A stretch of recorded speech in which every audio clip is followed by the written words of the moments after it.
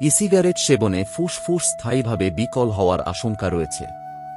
Popcorn lung নামে পরিচিত একটি জটিল ও অস্থায়ী ফুসফুস রোগে আক্রান্ত হতে পারে, যেখানে ফুসফুসের ক্ষুদ্র বায়ুনালীতে স্থায়ী ক্ষত সৃষ্টি হয়। এতে কাশি, শ্বাসকষ্ট, ক্লান্তি ও হাঁপানির মতো সমস্যা দেখা দেয়। সিগারেটে ব্যবহৃত বিভিন্ন রাসায়নিক গরম হয়ে বিপজ্জনক যৌগে পরিণত হয়, যা সরাসরি ফুসফুসে পৌঁছে মারাত্মক ক্ষতি করে। তরুণদের আকৃষ্ট করতে এতে ব্যবহৃত হয় 180টিরও বেশি স্বাদযুক্ত রাসায়নিক।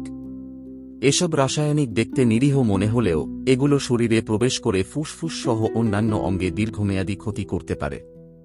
যদিও অনেক প্রতিষ্ঠান এখন ডায়াসেটাইল ব্যবহার করে না, তবে তার বিকল্প হিসেবে ব্যবহৃত অ্যাসিটিন জাতীয় পদার্থ স্বাস্থ্য ঝুঁকির কারণ হতে পারে। কারণ শ্বাসের মাধ্যমে এসব রাসায়নিক পরিশোধন ছাড়াই সরাসরি ফুসফুসে পৌঁছে যায়।